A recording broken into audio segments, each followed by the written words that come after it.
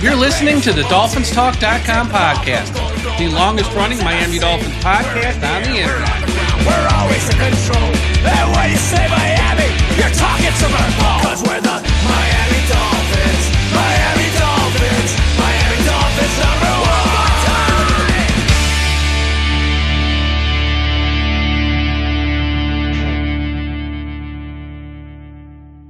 Hello, Miami Dolphins fans. How are you today? And thank you for listening to the DolphinsTalk.com podcast. I am joined, as I am each week, by Doug Lee Durung, the king of YouTube. Doug, how you doing? I'm doing good. I'm doing pretty good. I think all Dolphins fans have become resigned to the fact it is what it is. Ain't nothing good. I mean, we got to get through we are 1-4. We got to get through 12 more weeks of this nonsense. And then that's when the real season starts. That's when the real work begins. Pretty much. And we're going to talk about all that. But as always, this show is brought to you by Caneswear. Everyone go to the website, caneswear.com, for the best and most affordable Miami Dolphins apparel on the internet. They also have stuff for the Miami Hurricanes, your Stanley Cup champion Florida Panthers, Heat, Marlins. Go to caneswear.com first before you check out any other site. They really do have the best prices and the best merchandise. If you're in South Florida, stop by their shop at 2655 South University Drive. Whatever you need, something for the home, something for the car, hat, hoodie, shirt, jersey, caneswear.com. Also, shout out to everyone listening and watching at the I Am a Miami Dolphins Fan Facebook page. If you're watching on YouTube, smash that like button, subscribe, leave us a comment, and also, as I've been promoting it this way, it's true. If you're having a season like this, sign up for Dolphins Talk Extra, because we have podcasts not about the Dolphins. We have a message board where, you can talk about the Dolphins with us, but you can talk about other things. It's far less toxic than social media.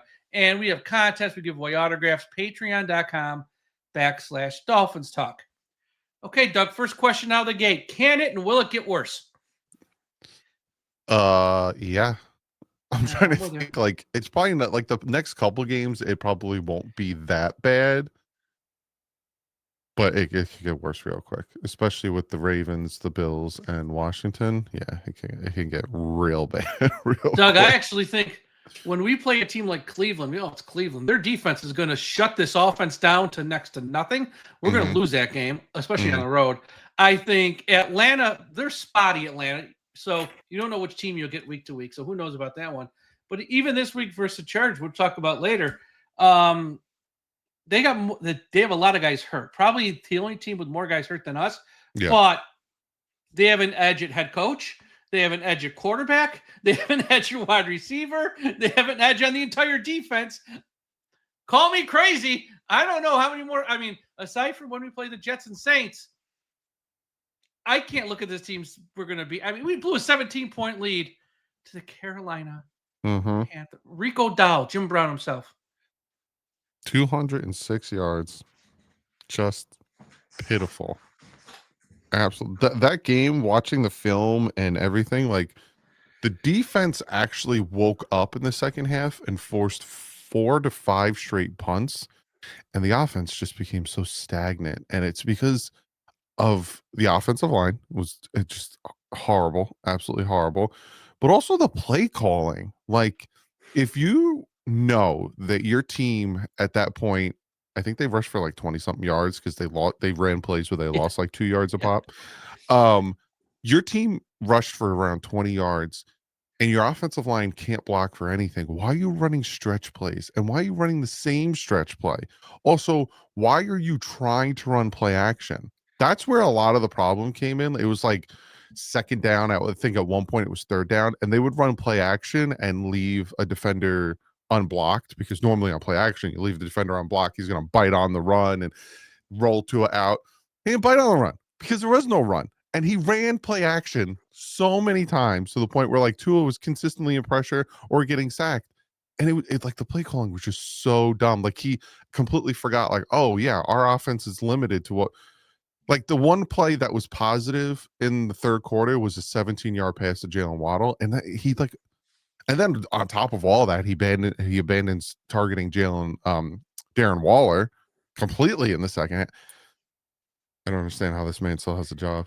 Well, yeah, well, there's you just hit on a couple topics we're going to talk about now. First one, Greer gets a lot of blame for this. Obviously, I don't know what the opposite of the Midas touch is, but he's got it.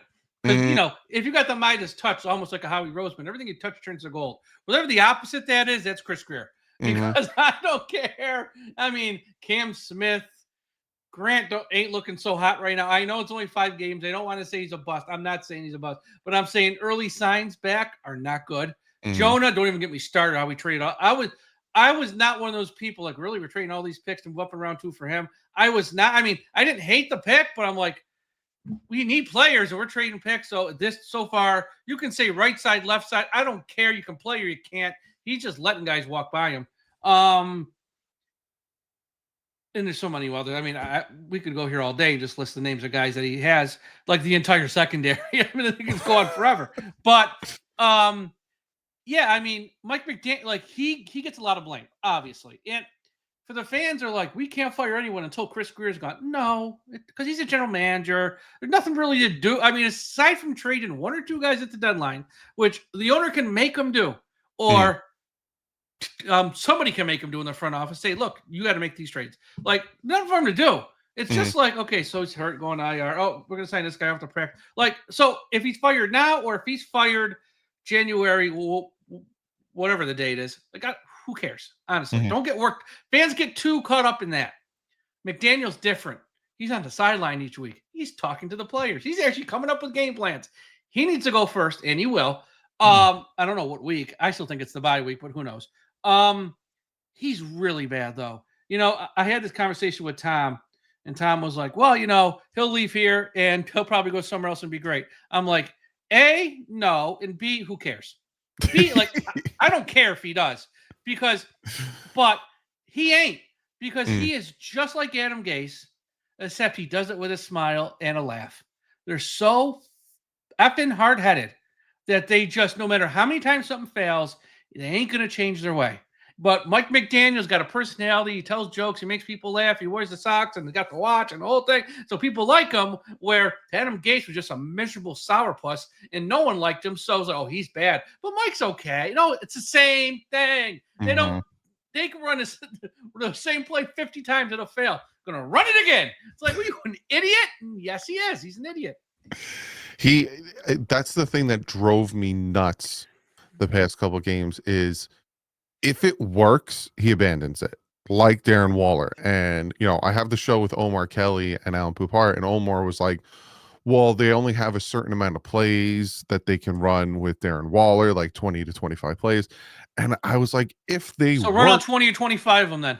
Yeah, if they work, just keep running them until they stop working. But God forbid, a bubble screen doesn't work. He's going to run that sucker another 40 times. If a stretch play doesn't work, he's going to run that a bunch of times. If all these things don't work, I'm going to keep running them. Eventually they'll work. Hey, but Darren Waller's torching them 5 for 5, 78 yards and a touchdown. I don't want to. And he literally said, like, out of his fumbling mouth, said the reason he stopped targeting Darren Waller is because he didn't want to be too predictable. He's the most predictable person on planet Earth. So for him to say that, it's comical. The Houston Texans literally were like, they're throwing a bubble screen to Jonnu, and they stopped it. Like, everyone knows what he does. That's the thing. The league's caught on to him. Everyone knows what he does. He just doesn't. He doesn't know it, and there's no one close enough to tell him. He doesn't adapt. That's his thing, man. He has no halftime adjustment. He doesn't adapt. So you mentioned Omar and you mentioned Allen, and this was a hot debate on like Monday and stuff. And where were you? Because it's split. End of the game, 1 minute to go. I know we made a couple stops, but if you're banking on your defense, you're going to stop when you give up 200 yards rushing, and you got that secondary where those players weren't very good. Would you have punted on 4th and 17 to 15, or would you have gone for it? Let me tell you the sides right now. On one side, you got me and Chris Perkins, who said, if you're going down with your $200 million quarterback. You can't give it back to defense because you'll never see it again. Let's hope for a miracle with Waller, Achane, Waddle, and Tua. Then you got the other side, which is Omar. Alan Poupart gave me some 60-40 answer. I don't know what the hell he's talking about. And I love Alan. But so where are you? Are you on the right side or are you on the other side? All joking, of course. In all honesty, it was a lose-lose. I know. It's not going to change the outcome of the game. They were losing anyways, but if I'm going to go down, I'm going down swinging with my best players, not that defense. It was like what, 4th and 13 or 4th and something like 17 that? at Because 15. he got sacked. They ain't converting that. But again, If you punt, maybe you you get would the have ball back, and they didn't. maybe you would have more time on the clock, to be honest with you, because he let that sucker tick, tick, tick, tick, Well, tick that's down. why he's an idiot. Yeah. We were under 2 minutes as well, though. But yeah, I'm It was like going a minute for to it. go. Yeah, Yeah. I'm going I'm for it going because for it, hoping for a pass interference. Hoping Waddle finds a way. I'm like, if I'm going to lose, I'm going to lose with the guys I pay all the big money to. throw it to I'm not Darren going to Waller. lose They with that couldn't. defense. They literally could not cover Darren Waller. I did a collab with a Panthers fan, a Panthers YouTuber. He hit me up and he wanted to do a collab. I'm like, yeah, sure. And he, out of his own mouth, I didn't even ask him, out of his own mouth said, we don't have Luke Kuechly anymore. He's like, our linebackers cannot cover tight ends if their life depended on it. You're going to torch us with Darren Waller. And they did. And like I said, then they just stopped. They stopped. Because Mike McDaniel didn't want to be too predictable. But he is. It's just, in all honesty, if I had a choice on what would happen, I would fire Greer. I would go out and get the GM, and we've already talked about our list of thousands of GMs, and I would just let that GM be like, you have complete control. So if you want to keep Mike, watch him for the rest of the season and then watch these play, because I don't trust leaving it up to Greer to trade these players before the trade deadline. Well, I mean, capital. How many are you going to trade? Like 1 or 2? You're not trading like 10 guys. You're trading like 2 max probably. And I think both pass rushers will get traded. I think Chubb and Phillips. I mean, that's it. I mean, that's all they're going to trade now. I think it's the 2 pass rushers. Chubb, because of his age and all the and how many times he's been hurt, you're getting a late round pick, 5, 6, 7. 5's even probably optimistic. So it's like he can't fuck that up, honestly. Sorry for swearing, folks. Jalen Phillips in the final year of his deal. So that's probably a rental, which again, you're getting a late round pick because no team's gonna trade for him and then sign him sight unseen, essentially. So it's like it's just late round picks. So and honestly, I don't want any new general manager who considers keeping Mike McDaniel. He has to go. He is. I mean, he's throwing 2 under the bus now. He's throwing 2 under the. Like if he's turned on Tua, it's over, folks. Everyone's looking for a life raft. Everyone's looking for a life vest. It's over at this point in CYA season. It's over. I don't want any of them back. They can't come back. And I do have a new candidate, which I wrote an article on this week, which I will share at the end of the show. Real quick, this report from Jeremy Fowler, which I loved, about Ross. He needs to see empty seats or he needs to see fans turn on the team. Dude, your home opener, you had a banner flying over the stadium saying, how much more do the fans need to turn on the team? You're going to get booed out of the building this Sunday versus the Chargers. And then after this week, you're going to have nobody at games. Because as I've said, fans spend a lot of money on these seats. They spend a lot of money on tickets if you're local. Because then, if you or me were local, we'd be at every game. Spend a lot of money. You're going to go to the first few. This would be the first few. It's like the third game. After that, like, screw this, I ain't going no more. So after this game, nobody's going to go anymore.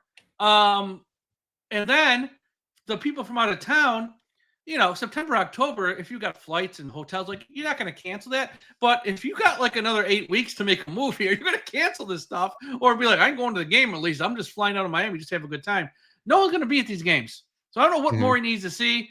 And as I've said, fans, you've heard this not just from Jeremy Fowler, but from other people. You know the assignment.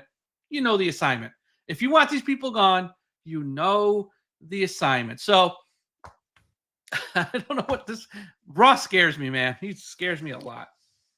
I saw that and I didn't believe it, to be honest with you, because like you said, it just doesn't make any sense. And especially, and we'll probably get to it with Sunday's game, his boy Harbaugh is coming to our building with Herbert. With Herbert. If things go the way that most of us see, there's no way you don't fire him. If his boy Harbaugh comes to town with the quarterback they passed on and they win this game 34-17, Monday morning might be an interesting morning. That's all I'm going to say. It might be interesting. There might be a tweet from Adam Schefter Monday morning saying some people are relieved of their duties, because that would be a move to where I don't care how, because I totally believe the part of the report he's got his family involved. People forget Ross is old. Yeah. I mean, he's old, and there's been the succession plan. Jennifer Ross taken, so I'm sure she's in on it with some of the other kids. Because I know he's got 2 daughters and 2 stepchildren as well. So I'm sure they're all in on this. And if she truly is, or as a group, they're going to take this over. One, I love it because I am old. I have worked in a professional atmosphere my whole life. Females get shit done more than guys sometimes. Yeah. And they're ruthless. So give me his daughter, and I hope she's a bitch on wheels. I'm not saying she is. I'm just saying I hope she is, because she will be ruthless. And look at the Colts. Jim Irsay died. His daughter's on the sideline wearing a headset. I love that. I don't know nothing about this world. I'm going to sit here, listen, and learn, and I'm going to find out. And God bless her. I have no problem with that. So if his family's, aiding him in making this call, good. Because they might be the ones like, damn, what are you doing? This is a huge investment. We're squandering it. Everyone's mad. He probably ain't on social media. I'm sure the kids are. And I'm sure the kids have a good finger on the pulse of everything you and me saying with some others as well. So I'm all for that. I love it. Before we get to the game real quick, shout out everyone, finevan.com, largest Miami Dolphins message board on the internet. Also, mybookie.com. You're placing any bets this weekend on Saturday with college, Sunday, or with the Major League Baseball playoffs. Mybookie.com. Use the promo code Dolphins and make sure you click on the bet back bonus token with your first bet. Here's why. God forbid you lose your first bet. You get your money back and you can bet again on another game. No one else does it. DraftKings don't do it. FanDuel don't. None of them else do it. Mybookie.com does it. So, you got to be crazy not to bet at least one bet this year with mybookie.com. Promo code Dolphins. Make sure you click the bet back bonus token. There's a lot of good college games this weekend. There's a ton of them. And then on Sunday, man, I love that Raiders game. I think the Raiders are going to kill the Titans. The Titans were lucky to win last week. I think the Raiders at home are going to lay a whooping on them. I love that Raiders game. I will be betting that Raiders game, and I'll be using mybookie.com, promo code Dolphins, bet back bonus token. All right. Tua versus Herbert this week. I know fans get tied up in this stuff. I really don't know why, especially after what we've seen last year and this year. To me, there is no debate. The debate's over. Now, yes, you can nitpick on stuff with Herbert, not clutch, doesn't want to play off. Whatever. You can nitpick all you want. To me, there's no debate. This debate's closed. It's over. And that's not saying one's great, one's awful. There's levels to this. One can be very good and one can be just good. I think that's where we are. I think one's very good. I think one's good. To me, in your opinion, is this still an open debate? Like who's better? No, I think what people need to move off of with this whole Herbert and Tua thing is it doesn't matter who we would have taken. We would have ruined either one of them. That's honestly, I think people really need to come to that realization, because there are people out there who's like, if we took Herbert, it'd be the same situation. It would be the same exact situation. Look at how many quarterbacks have come through this team after Dan Marino. The only thing I'll say is he might not have had as many injuries, and he might have been on the field more. That would be the only difference between the two. But yes, you're probably right. Yeah, I guess this team, he's built different than Tua. Oh yeah, 100%. But it's again, you look at how this team was built with Greer. They didn't focus on the things that you build around fundamentally to make a team better. Whether it was because he's a pushover and does everything his head coach does, or that's just his mentality. Never focused on the trenches. I think over the past 3-4 years, they were bottom 3 in draft capital towards offensive line, and bottom 3 towards, spending money on offensive line. So again, everyone's knock on why Herbert didn't do anything with the Chargers is because he had no offensive line. Well, guess what? He wouldn't have had that with the Miami Dolphins. But if you look at them side by side, anyone who thinks that they're anywhere near the same ballpark is just crazy. Herbert is the better quarterback. But like you said, at the end of the day, neither one of them won a playoff game, and one went to 1 and did horrible, and the other one went to 2. He didn't do horrible. He gave a 27-point lead. They blew it on defense. And anyone who blames them say, well, he should have scored more. If that was Tua, every excuse, well, the defense blew it, not Tua's fault. So don't do the opposite with her. He gave him a 27 versus Jacksonville too. It wasn't like they were playing the Colts. Or I mean, not the Colts. Playing the Chiefs. They gave him a 27-point halftime lead. It's not his fault they lost that game. I don't care what anyone says. The defense spit it up Okay. It goes back to what people say about Tua, like the Panthers game, right? Last drive, you need to do something, and you He did did it. it once. I will give him credit. He did it the 46-yard to Waddle, so he did answer Yeah, that once. exactly. Problem is, it gave right back in like 4 Yeah. plays. It's the same thing with Herbert, right? You know, like you said, gave him a huge lead, and you can also say the defense helped him get that lead, giving him short field and getting the 3 turnovers. But in that second half, he did nothing. He disappeared. You know, you get one drive, one score, you probably put that game away. But you know, if I could go back in time, I'm not taking Justin Herbert. I'm not taking Tua Tagovailoa. I'm taking Tristan Wirfs. Then I'm taking Jordan Love. Actually, no, Tristan Wirfs, Justin Jefferson, Jordan Love. If I have to go back to 2020 and redraft, that's what I'm doing. And all of a sudden, you have your fundamentals, and you know. So again, with Herbert coming here, that whole debate between Tua and Herbert, yes, Herbert is the better quarterback. It's very obvious, but at the end of the day, it doesn't matter if it was Jordan Love, Jalen Hurts, Joe Burrow, Justin Herbert. In my opinion, we would have ruined all of them because Jordan Love got the you know, he was able to sit behind Aaron Rodgers for a few years. That's the smart play, and that's what they should have done with Tua instead of rushing him out there because you know, Stephen Ross wanted to, you know, bank off of him coming in at the end of the Jets game and making a rollout pass. It's the organization. Well, this is what's going to be interesting. Everything you just said. This year, we're going to be in the same type of situation. We're going to be picking second, third, fourth, wherever, and it's going to be: do we take like Ruben Bain, or we take the left tackle from Utah, or right tackle, whatever? He's just great tackle, whatever. Do we take them, or do we take a quarterback? And I don't know who we're going to hire. I don't know who's making the call. I have no idea, but they're probably taking a quarterback. And because you don't plan on picking this high ever again, you just don't. So they nine times out of 10, they're like, we have to take them now. Even if you don't love them, if you like them a lot, it's number one. The second thing, and I don't know if I've told you this story before. I know I've said it on the show before. And for people who are longtime listeners, they know this. 2020 pandemic, COVID, everyone's home, locked down, no one's going anywhere. I get Mike Tannenbaum to come on the show. I get him to come on the show the Wednesday before Thursday night of the draft. So I go, Mike, I'm not asking because I know because he was just there. Mm. And people forget he and Greer went to a ton of Oregon games when he was a junior because they thought he was going to come out and they wanted him. And then they went to his senior year, not as many games, but a lot of them. So they were all in on Herbert for 2 years. I go, Mike, I know you're close to people. I'm not saying share anything that you don't want to share. I'm just saying if you were in charge tomorrow night, Miami's on the clock, who are you taking, Tua or Herbert? And people can say everything they want about Mike Tannenbaum is wrong, this, that, the other. He said, without taking a breath, it's not even close. I'm taking Justin Herbert. I wouldn't even consider Tua. That he said it, and I'm like, okay, because I was like, my thing was, I could go either way.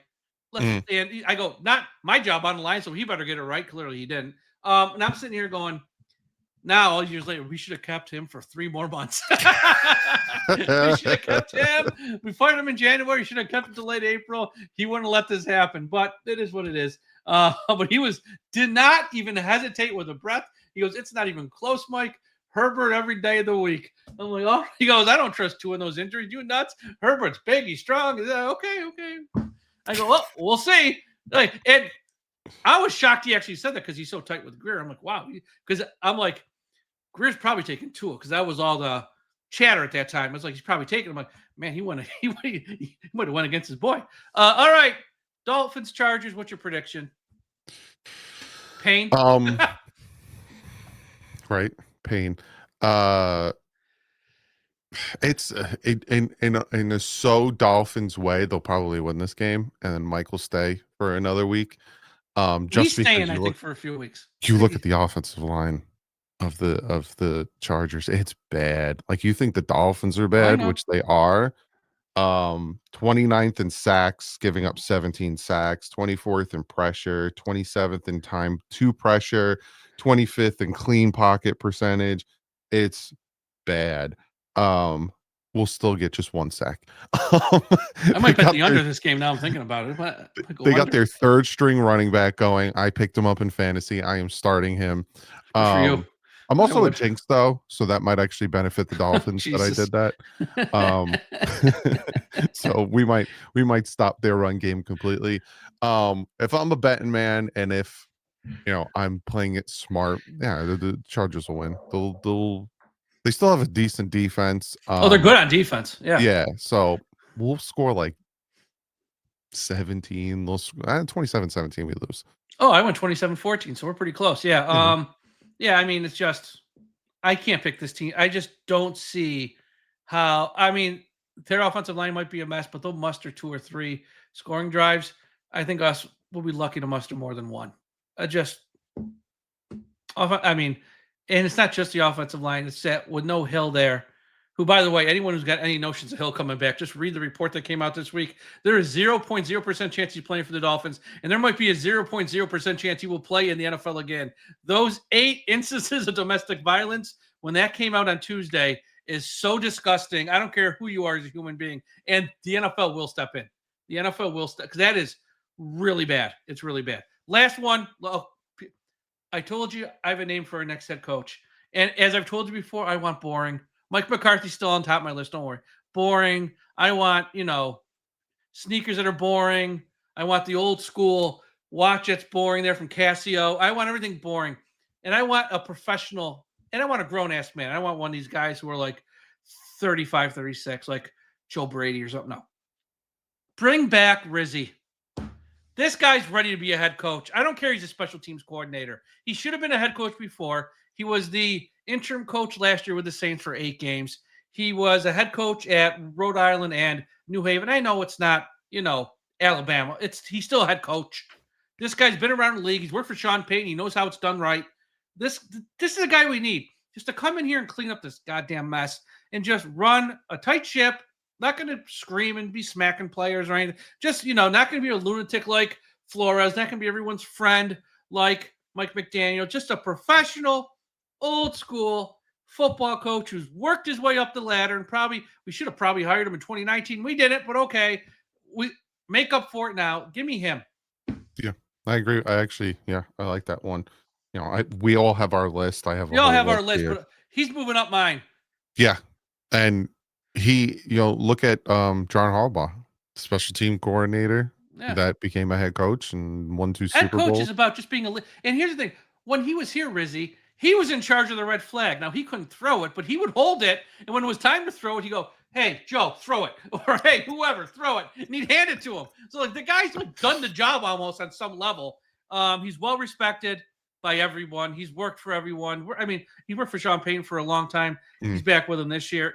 You need someone like him. It's not flash. Don't give me Cliff Kingsbury. I know that's going to fail. Don't give me Joe Brady. I know that's going to fail. Give me boring football guy. That'll work. Yeah, I agree. 100%. All right. That's my new name for this week. Everyone have a great weekend. Follow Doug on YouTube at Dougly Do Wrong with all of his shows.